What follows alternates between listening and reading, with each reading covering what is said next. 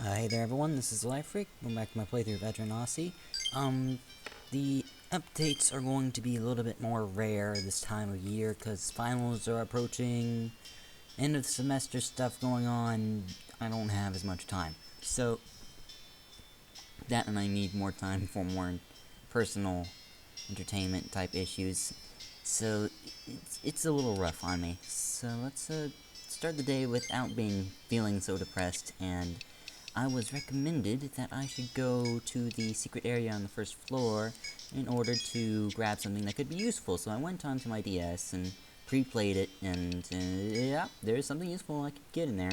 So let us go into the first stratum and see what we can get. If I remember correctly, and I do, the area we are going to has Rage Lopes, treasure chest, and something useful in those treasure chests, and is otherwise a one-way maze, but not really, because it's small. It contains second stratum enemies, just like we were fighting before, except this time we don't have the level advantage we did as we lost all the levels due to the game over. Oh, game overs, how do you do that? So let us just, figure out which one of these it is. I always forget, I never remember. Monsters, not hard at all. And we should be... there it is. Should be approaching in one way. And you know this is one way because you can't turn back. And it goes forward, then branches off to the east and the north. I believe the east is for getting out of here, and the north is for getting treasure chests and stuff. So let's go get treasure chests and stuff first. We're gonna be facing a bunch of Fury Horns or Rage Lopes or whatever they're called in this game. They're called something, I'm sure. So, they're like the easiest FOE on the planet, and I've shown you how to fight them oh so many times. So, if I deem them... oh, yeah, there's a treasure chest in here. Okay. So, I'm probably gonna cut out the fights after this first one, because they're pretty much all the same. They all play out the same. Except for the part where they blindside you and miss their scream anyway. So, we're just going to jab the attack keys on most everyone except, well, yeah, just everyone, and, along with bravery, and that should, like, easily do this, because it's easier than the second stratum monsters are. So, yeah, that's simplifying it quite a bit. Cher got confused. Confusion is a little bit of a pain. Let's use Mirage and try to end this a little bit quicker now that Cher is confused.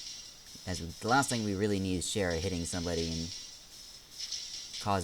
being problems, so let's just end that off. Fire Horn, and here we got 500 in, not really worth it.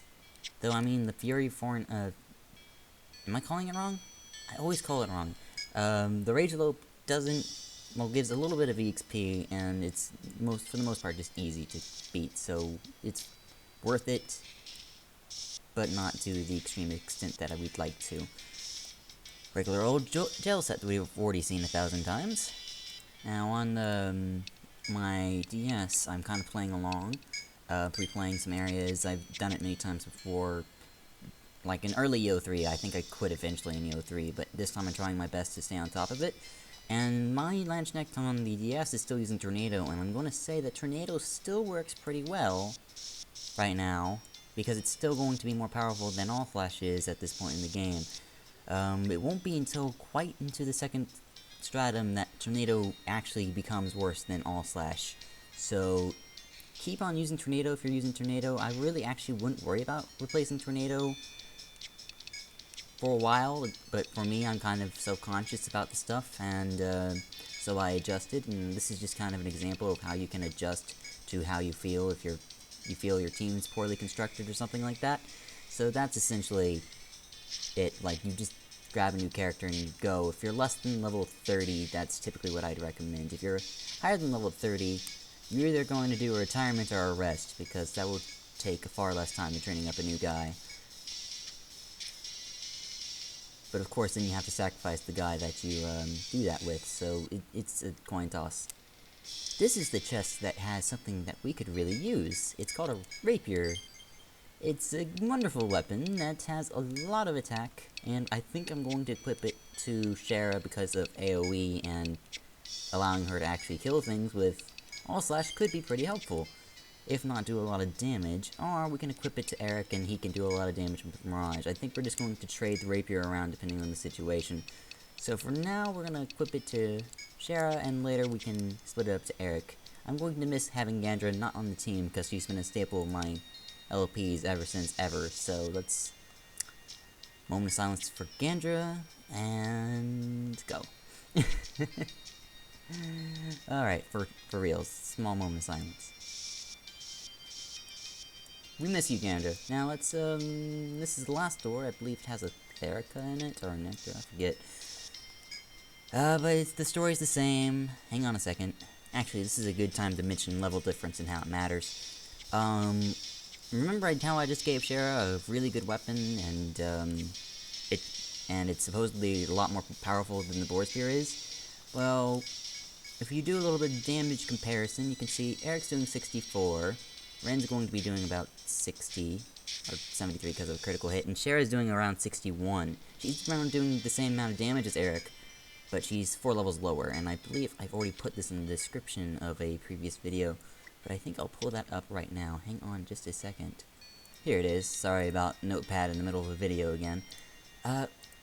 So here we are, level difference, enemy damage, party damage. Essentially, if you are 20 levels lower than the opponent, the enemy will do twice as much damage to you, and you will only do 44% of your original damage to them, and this table goes along and along and along.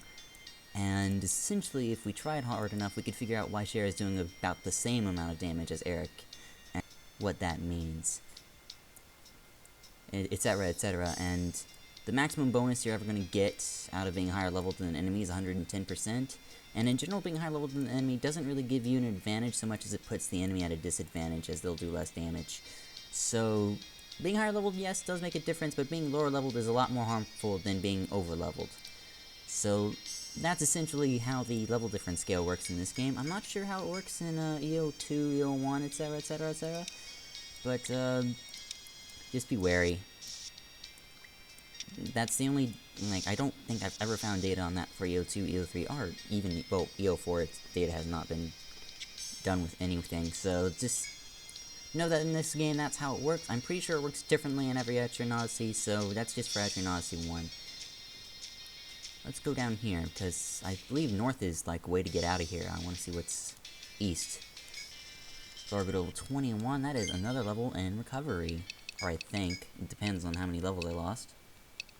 Songston, yes, that is a second level in recovery. Okay. Grab this salve, and move on with our lives. Go this way. What's up here? I believe it might just be a dead end. It might just be a dead end. I'm gonna see you guys back at the other door. Alright, let's try out this northern exit. And I believe it's just going to be dead end on the right. Well, loop around dead end on the right. That or it's dead end on... Oh, man. Memory is terrible, John. Fix it. Oh, yes. Treasure chest. Okay. Let's take this. Plume hat? Is that actually useful on anyone? Did I get armor earlier? I missed it or something? Quite possibly. Helmet. Who here you use a helmet? But you don't use the helmet that I'm trying to give you. Do you use the helmet? 2 + 7 MAH? You're essentially the only person on the team that can use this hat. Congratulations, have more TP. That's nice. I think that's pretty good too. Okay, so sword and a good hat. Let's, keep going. I don't think there's really anything else here. Those 2 items should be very helpful to us. Thank you, Traveler of Time, for reminding me that this even exists, so that I could do a small practice of it. And yes, lost double sleep gel set.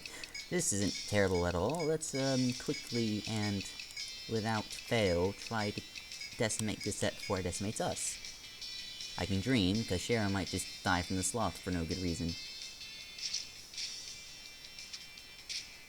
And all slash? Okay. Oh, apparently, Media's normal attack can take care of the job too, so that's nice. Good chunk of experience, people get back to level 17, we're pretty much just getting back to the levels that we lost last time, which is, you know, fine with me. Let's grab all slash to 5, yeah, Oh, all slash to 6 as well. I apparently missed a level up somewhere. That's not me. Usually I'm good at staying on top of stuff like this. Is this your healer level or your immunize level? This is your healer level, my good girl. So, yeah, we're bouncing between healer and immunize just like we were last time, and we're still working on all slash just like last time. And as I've already mentioned, Tornado is still of good use right now. It's not until about level 25, I want to say, well, it's not until you get both all slash and TP up max that all slash is technically better than Tornado. Otherwise, all slash does Tornado and all slash both have about the same lifespan, I'd like to say. Let's get that salve out and a bravery out.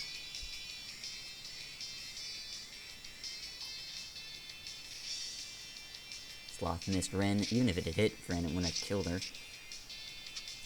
All slash hits once, twice. Please be 3 times. Yes. Okay, good. Like, at this stage, we have a chance of missing that 3 hit. Actually, I think it loops right here. It's going to warp. No, I apparently missed the exit. Whoops. I forgot about that, too. Ren, you are working on shields, I believe. Let's get that salve. And let's find the exit of here. I don't know if I want to keep it short and stop it here today, or if I want to continue. I think I'm going to cut it short today, after I find the exit. It's somewhere along this wall. Here it is. Right, so probably a short one today, since we just investigated one little secret area. Let's go ahead and grab the clear... Oh, I don't know if I actually obtained... I don't know when I last saved. So I'm going to do a last minute check to make sure I still have these 2 chests. And if I don't, I'll just warp bar back and we'll call it a day, and that's it. Okay, actually I can clarify right now that I got that chest because this Fury Horn is... Well, I keep calling it a Fury Horn. I play EO3 too much. Oh, okay. Well, anyways, yeah, I can tell it's not there because the Rage Lobe is not there. But anyways, let's just go back home and sell some stuff and pretty much say goodbye. So, I'm going to plug into the labyrinth for just a second, as they on the main page, they have footage of the new game, or at least some animated sequences from that game, and they're pretty beautiful and awesome, so if you haven't seen that already, go check that out. I think it might be on the Into the Labyrinth channel on YouTube, or otherwise just head to the website. View this, it's this. Like, it's awesome. So, there we go. That's it. Well, hey there, everyone. This has been Life. As always, I thank you for watching. I'm going to see you guys next time. See you guys then.